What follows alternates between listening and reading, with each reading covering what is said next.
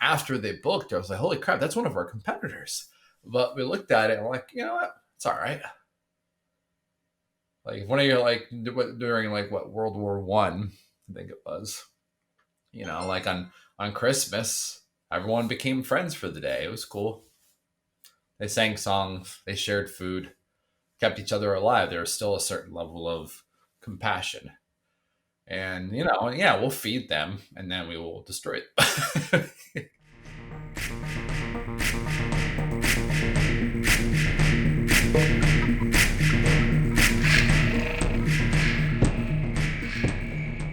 Welcome, everyone. And I think, as always, we will skip the introductions and move straight into a quote to start things off.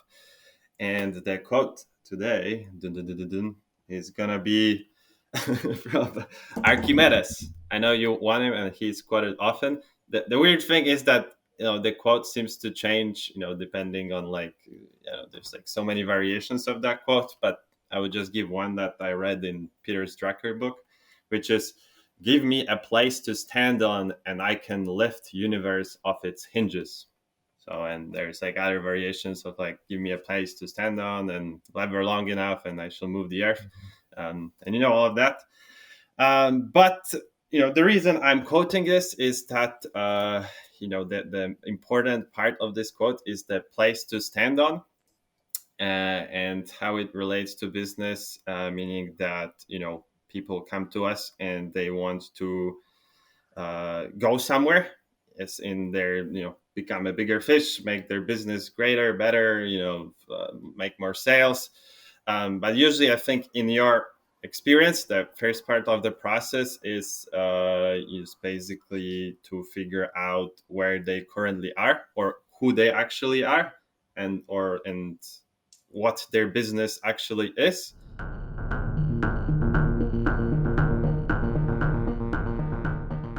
My identity hasn't changed that much over the years, but my position in the market and where I've decided to go and where I've decided to leave has changed a lot.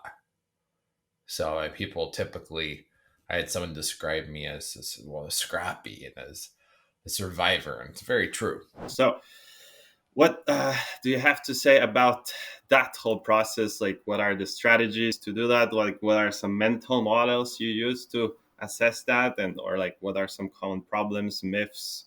You know, I mean, for we that could do whole chat. exploded view on it. I take the individual components, kind of pick them apart. The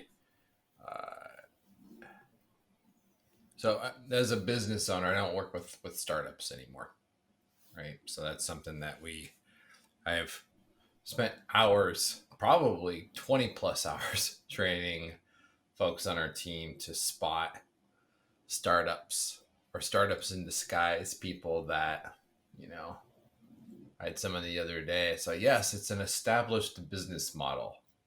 Yeah, but this is a new business. Like they've never done it before. Or never done it professionally, or never done it full time, or never have done it for money.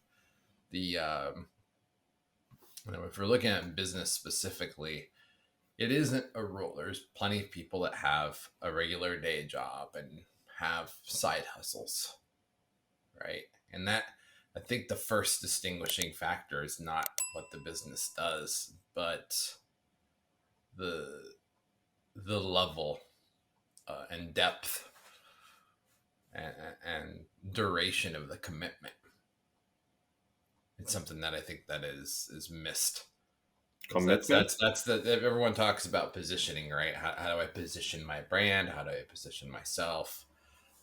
But they rarely ever talk about how long it took to get to that position. Sometimes, and they definitely don't talk about how long they've stayed in that position. A New York Times bestseller list. You know, I was just talking about Atomic Habits. James Clear's book, and that's, I think, one of the most successful like personal development books ever. And it was measured. Its measurement was based on the fact that it was on the Amazon. Like it dominated like 5 categories at Amazon, New York Times bestseller list, Wall Street, like all of these lists, but it stayed there for a long time. It was its staying power that was interesting. So I think that uh, the voodoo way in this case is not to talk about industry vertical first, but by time. And then people overlook that a lot. They overlook, like, oh yeah, everyone has decades of experience or hundreds of years of experience combined across my team. But big old but, even though that's an overused tactic, I think that it's uh, at least internally, maybe not as a marketing ploy. I think that it's important to determine time. And there's folks that, yes, I've been in digital marketing since 1999, right? And if someone says that and that's all they've done, and maybe they've had a lot of different jobs, and maybe they started in website stuff and then they went to SEO, they went to this, and they like kind of traveled a bit. I have like a much higher level of respect for them because they've been in it for so long. And even though they might not be number one anymore in their profession, and that's the thing here, is there's this idea of the practitioner, the consultant, the boss, the entrepreneur, and where they live. So those are two very, very different things. My identity hasn't changed that much over the years, but my position in the market and where I've decided to go and where I've decided to leave has changed a lot. So people typically, I had someone describe me as well, as scrappy and as a survivor, and it's very true. It's very true. I've also had people say that, oh, you're not making X million dollars a year right now, and you've been doing it for that long. What are you doing wrong? Hmm. So two different. And what would you say, like, if I had the counter argument of saying that now the world and the market and everything around is changing so fast that the number of years someone has done something really does not correspond well to how like how knowledgeable, like how up to date they are with like what the current needs are in the market, you know what I mean, that someone can come in and swoop in. So like how does the No, years. yeah, no. When you start talking about the protection of your position, like how do we? It's I would say it goes way, way beyond Warren Buffett's moat. He wants investment opportunities that have a wide, deep moat around it. It's very difficult to duplicate that business. In the business I'm in now, the mechanics of the business are simple to duplicate. You could hire writers, you could hire marketing nerds, you could hire, e-commerce strategists, we could hire ads people, we could hire, I mean, all those people exist, right? And so my business itself doesn't have that much, well, that Uniqueness. much insulation, not much protection from competitors. It just doesn't.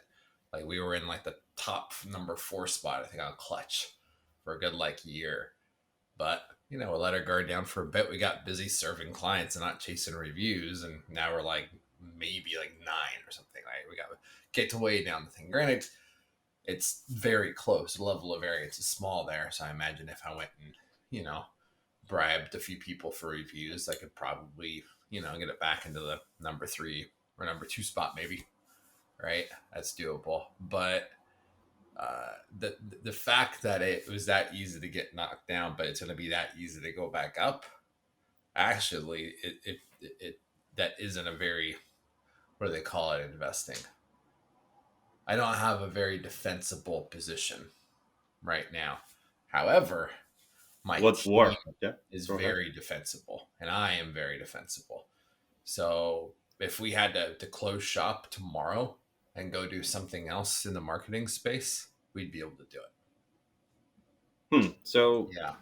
why, like, what kind of like voodoo war strategy is that that you are essentially using when you're saying Um, you don't have a big moat, well, but you are still able to defend yourself? yeah. So what do they say? The best defense is a good offense.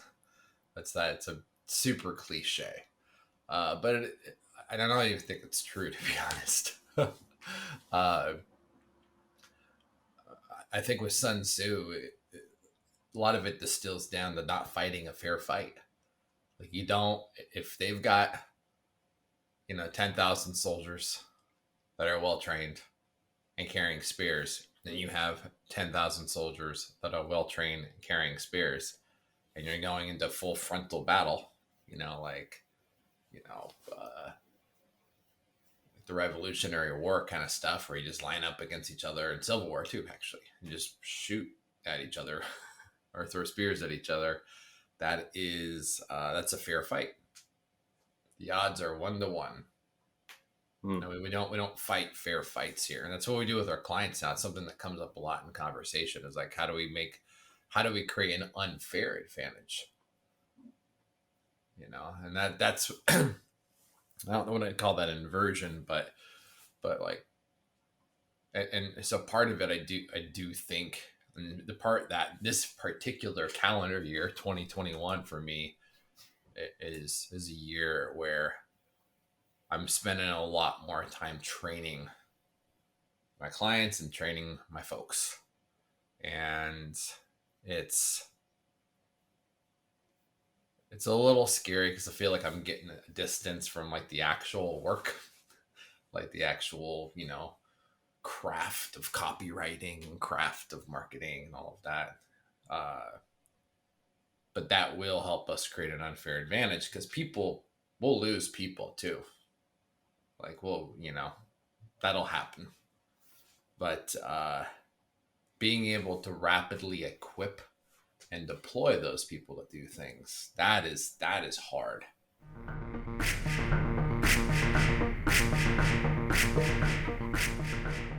It's almost like in marketing and in business and in general, it's very much like almost like celebrity diets.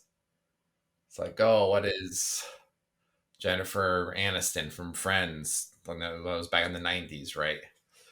How to see she look so good and how to make her skin so gorgeous, and then it became, and then business stuff became popular. We started by developing real business celebrities. You sent something to me this morning. I think it was a Drucker thing about the difference between a fad and what was it? It Yeah, was like a change in the fat. I think. Wait, was it change or was yeah, it? yeah. It was really really good actually. I've been thinking about that a lot lately, and I think we can apply that to like what we're talking about here. And the main thing, just to break it up into very specific elements, you've got your individual identity as an entrepreneur, businessman, consultant, speaker, influencer, whatever the fuck you want to call yourself, right? Like your identity. I identify as blank. Here are my pronouns. You could have your pronouns in your LinkedIn profile now, right? And I really don't care one way or another about that stuff. It's politically or anything. It but identity is a very very big deal. Like it's a huge deal. There's a study that someone did that went and wired up someone's brain. They wired up the brain, and they they ran them through different scenarios to see what part of the brain fired. I think they did something with like uh, almost like a colored heat map, like the hot jar of the brain. And when someone had a knife to their throat, or the equivalent of having a knife there where their life was threatened, that it there was a very specific part of the brain that fired. It was very, very focused. It wasn't like the prefrontal cortex, some big giant thing, the hypothalamus. It was a really specific spot in the brain that fired.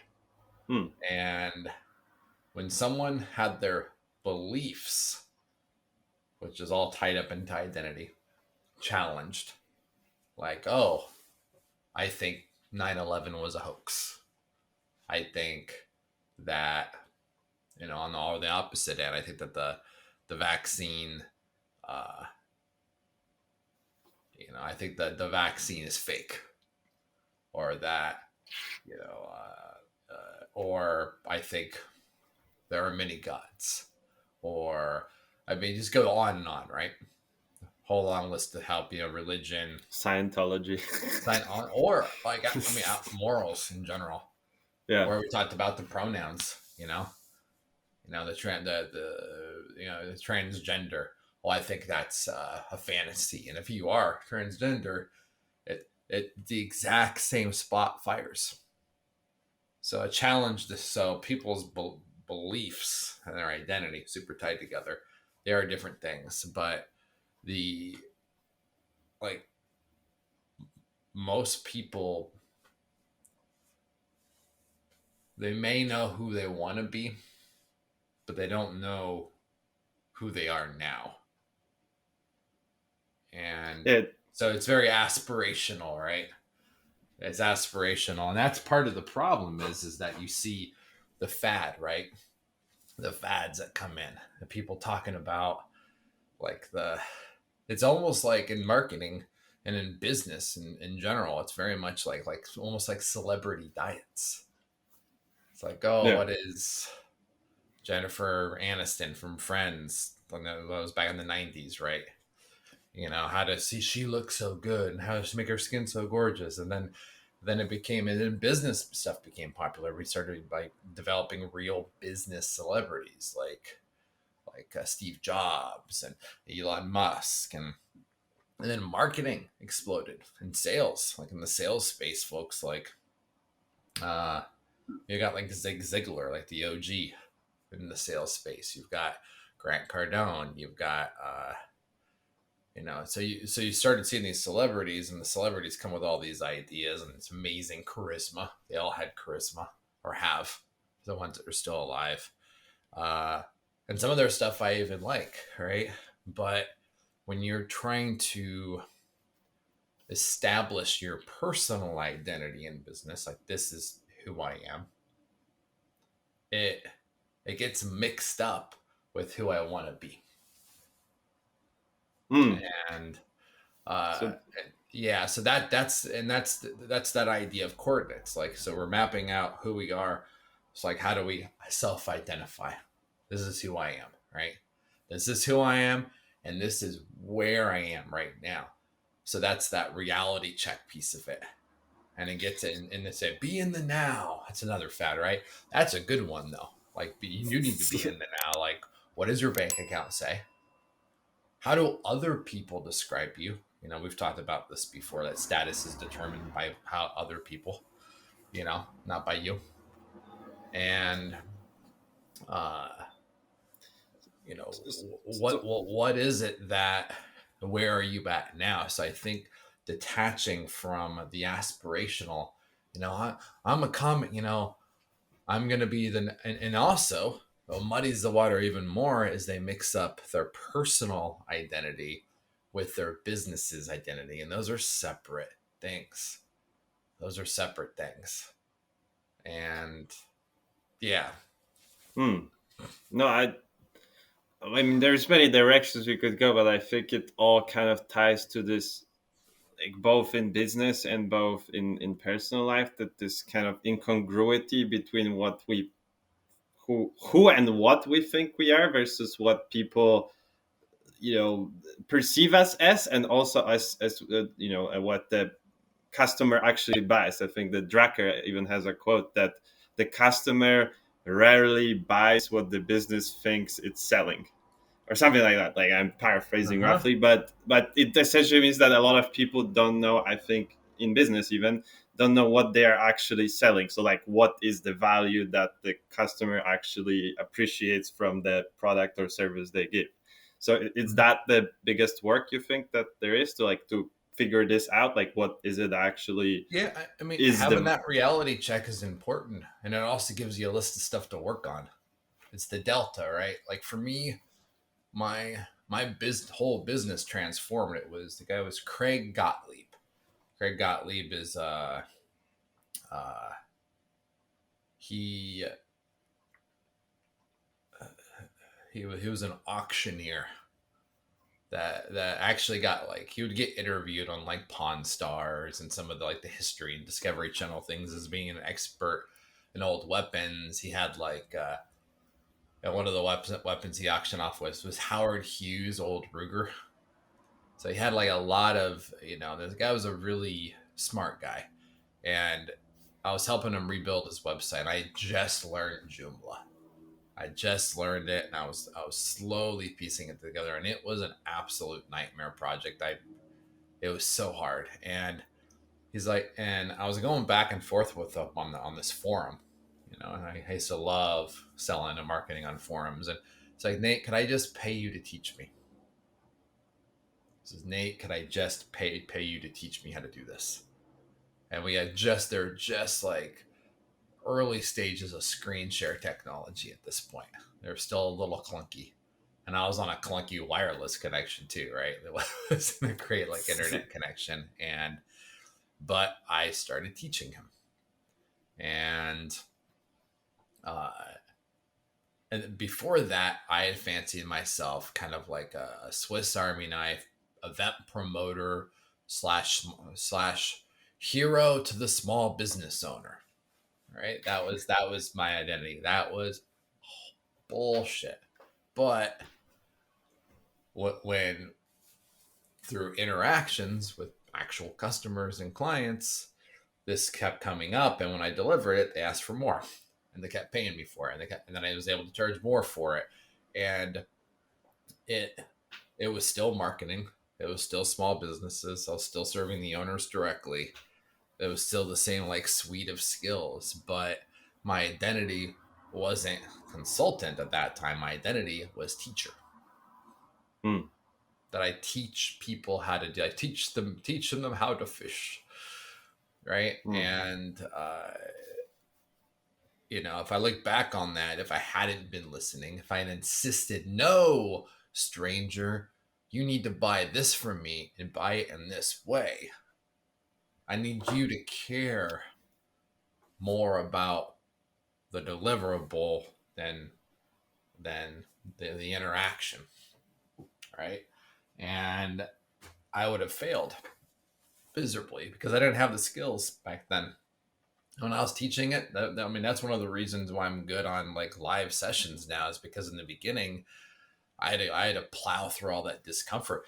And one of our guys, Richard, one of our junior copywriters, asked me, he says, like, what? Asked me, how did you get so good at this? Because we're on a live call and we're like whipping together a strategy like on the fly for a client. And I'm like, well, I needed to make rent. And that is not a lie. Like, it's not a lie. I really just I needed, right? Wants versus needs. I needed to make money so that, or close that deal, or wow that customer, or get that second project. I needed the money to make rent so I would not get evicted from my apartment because I was fucking broke back then. And so I didn't have the situation stripped away a lot of that pride. It forced me, it shoved my face with my bank account balance. It shoved my face into the reality that I wasn't that good. I wasn't a hero to the small business person. I wasn't going to rescue anyone because I was the one that needed rescuing. So that was where I was. Now where do I want to go? So that's on the identity thread. Of course, it's a whole separate conversation. How I broke free of freelancing and actually became a business owner. That's a whole different like arc. But that's how it happened. It was that getting in the present. This is where I am. Where I wanted to go was not broke initially, but I didn't want to be wealthy. I still at the time felt I was happy. I would be so happy with just a nice comfortable spot in the middle class. It's odd because they're like when you're in business, entrepreneurs all want wealth. They want a 10x return. They want passive income. Well, those are fads. Those are fads too. It's Because nice having passive income. I like getting commission checks from projects and things like that. That's cool. That's all right.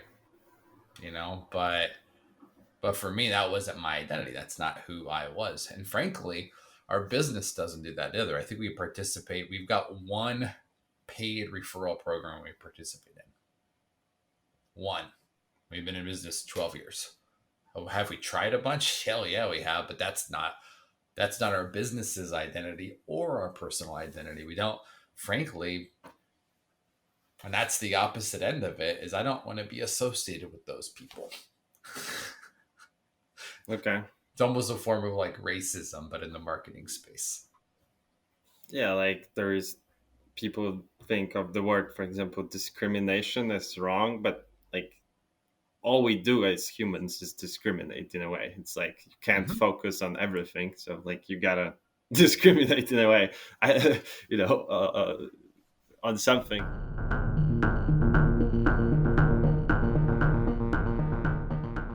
Charisma is hard to copy.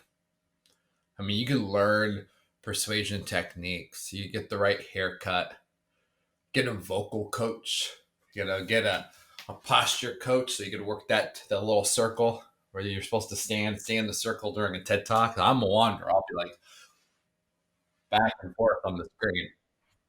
Yeah, right. And learn how to do the Bill Clinton knuckle because you don't want to point at people. You use the knuckle, right? The importance of having your hands in front of you. All that stuff is taught, right? Would you say are like possibly the tools that someone could use in a way um, when they want to figure out their business identity? Like, is this about like Oh, questions so they yeah, ask? what? That's a Is good it about? question. Is it like they have to ask themselves some Well, questions, or do they well, have to question like? number one: once you establish the personal identity, so personal, or we'll call it your professional identity, right? Let's give it a name. To establish your profession, once you establish that, then you need to establish if you want your business tied around your professional identity, whether your beautiful face is going to be sitting on top, or my first business name was Savor the Sound. Then it became That's Right, right with the W marketing. I abandoned that after a couple of months because I, at the time, and I still believe this, didn't want the business identity tied up into my identity. I wanted the agility. I wanted to be able to escape my business if it became stressful. And there are plenty of times that I have snuck off and tried to do other things because I was fucking burned out. That's another thing. Very, very similar to marriage. Like, do I like? That's the voodoo question to ask. Do I want to be married to this business? Because that's what it is. Hmm. And then if the business grows and you get business partners, do I want to be business married to these people? Not business date or be business polyamorous and have your fingers in a whole bunch of different things. But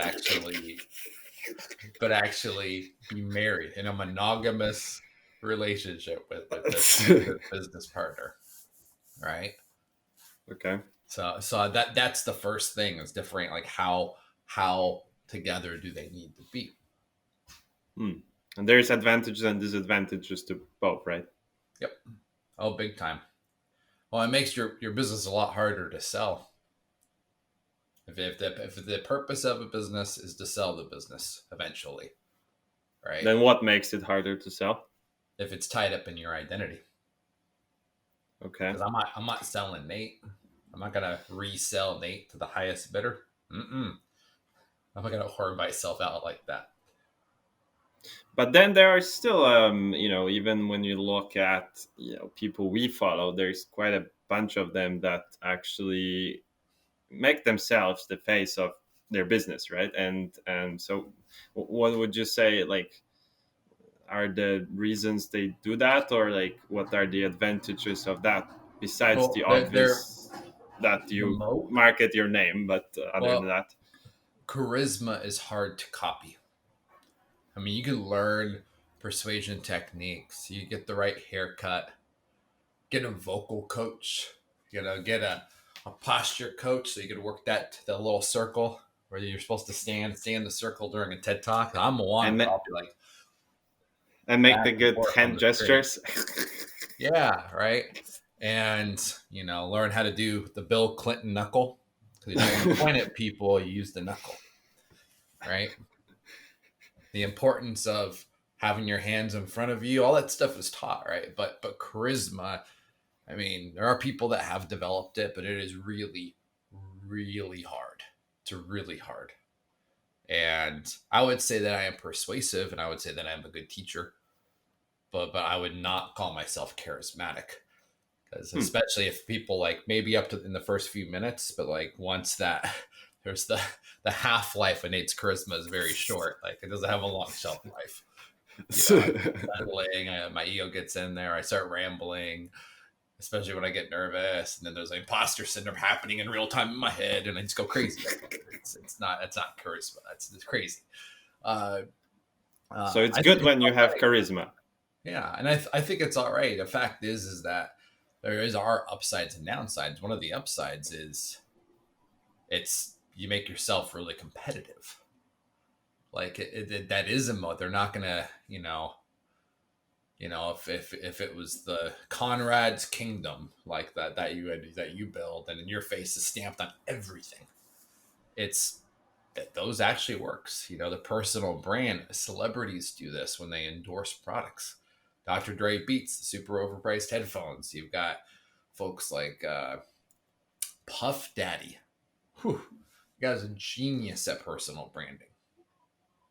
Any celebrity that's released a fragrance, like it's got that their likeness becomes what's valuable, and that when they get to that level, it is sellable. Elvis is dead, allegedly, but his estate is still making money off his likeness. But that's a whole different level of personal branding, and like the entrepreneurial and business space doesn't quite play that well. And also, people get older. People get older, then they change. And the fact is that they talk about folks that have like a comeback career. You start thinking longer term. That's why I think this concept of marriage. Like, do you want to be married to that personal brand for that long? Are you willing to do the work of always staying in the limelight? Because it's very easy to, you could climb those vines and perch yourself up in the jungle, but the next storm that hits, if you're not paying attention and holding on tight, you will get knocked back down again. Someone else is going to stomp on you because other people will see your success, and then you become a target. So having your face on the brand exposes your personal identity to the public, and Yeah. things like trolls and wannabes. So I see people like what was it? One of my copywriters went to an event with Neville Medora, who runs copywriting course. Guy is a brilliant copywriter. He is also competition.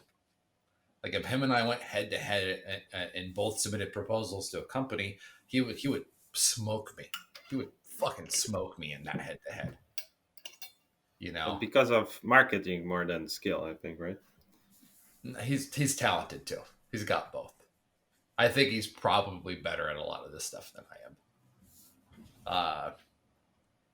So if everything was tied into my personal brand, so if I went to sell Nate Wright versus Neville Medora, Neville would destroy me. If I went inbox attack writing team versus Neville Medora, we'd be able to. I think we'd win. So the difference there is that is all the emotions that come with it. If I go head to head and I'm rejected, I'm just gonna feel like a fucking loser. You know. Yeah. It's like a double-edged sword, you could say. This Yeah. So because there's a lot of defensibility there, but there's also a just a sense that uh, your flanks exposed. yeah, yeah, exactly. Your soft underbelly, the gooey stuff, the ego is exposed, and that for me, I I I don't think it's a bad thing that I look at folks like John Buchan and Neville Medora and so folks that are more visible email copywriters and marketing copywriters, that they're more present. Uh, they have effectively drawn an X on their back. They drew a freaking bullseye on their back. I'm going after them. Like, so that's an inversion. So like when you that's one of the reasons one of the first words you brought up was positioning, and people talk about positioning and uh in their vertical and in their market. When you translate, you're like, who am I? What's my professional identity? What's my business's identity? We are an email marketing company that starts conversations with strangers and keeps online shoppers opening up their wallets, right? We get Hmm. email is our weapon of choice. And we will always uh you know and being realistic is part of our identity. Like, we're constantly telling people that might work, let's test it, I think it's going to fail, but I might be wrong too. So that level of like almost aggressive skepticism is built into our identity.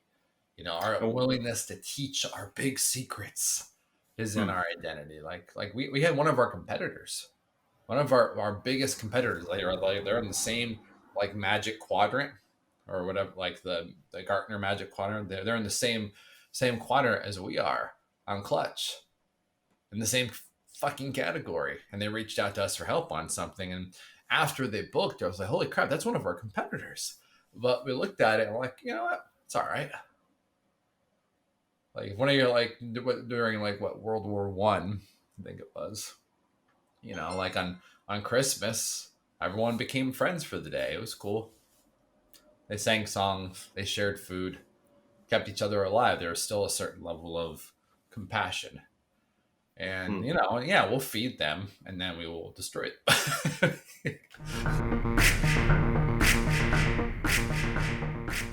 Identities can change, positions can change, it all can change. And like, once you establish this is where I'm at in reality, this is the bank account, this is what my true status is, this is where my business actually is. A lot of that stuff's measurable.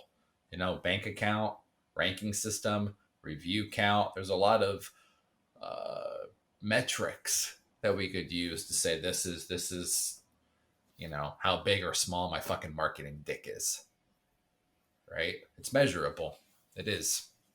Okay. And I would say that likability and endurance, an endurance race, we would get an award for being a long and an ultra marathoner of a business. We've been in it a long time. I put in to run a lot of races, right? We are not a successful company, air quotes, right? We're not a successful company in the sense, like, financially, our valuation hasn't gone up that much year over year.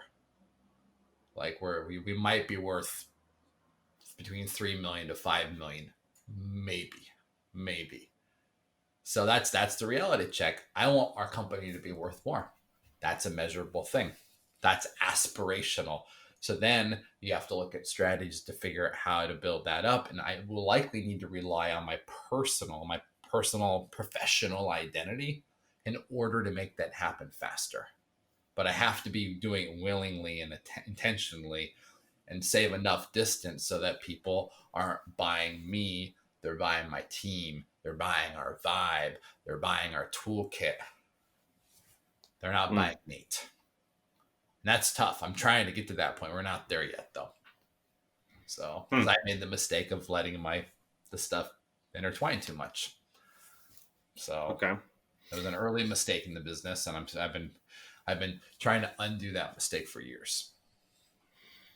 Okay. So I'll package it up with like opening a certain thread, which we'll not discuss today, but I'll play on the curiosity of the watcher and reader. That Yep. the whole time in my mind, the thought has built up that it seems to me that like this whole thing you were talking about is status and like where you are, like your identity, be it professional and your Yep. bank account and what people say about you, that this kind of that if you package it up you could call it reputation. Like, what is your Yeah. reputation? You may or may not. I'm just kind of want to open the thread maybe for our next conversation, that and then there's this whole concept, especially in business, of like managing your reputation, right? Like, what are you known for? No, my Or business even in mentor right now, my business mentor is Eric Schiffer, who is a reputation management expert. He gets interviewed on news channels on TV all the time for it. It is a deep topic. So we could step into that pool, but I'll have to say that my level of knowledge in this space is a little thin. So, but it's just a word, right? Like, I mean, how is reputation different than basically from because what how people? it's measured and how it's created and how it's broken is science and sociology. How do we manipulate the masses to start feeling good about someone that they hate? Hmm. Yeah, It's well, like, that's a different thing. I need to hop off, dude. But this was a okay. good.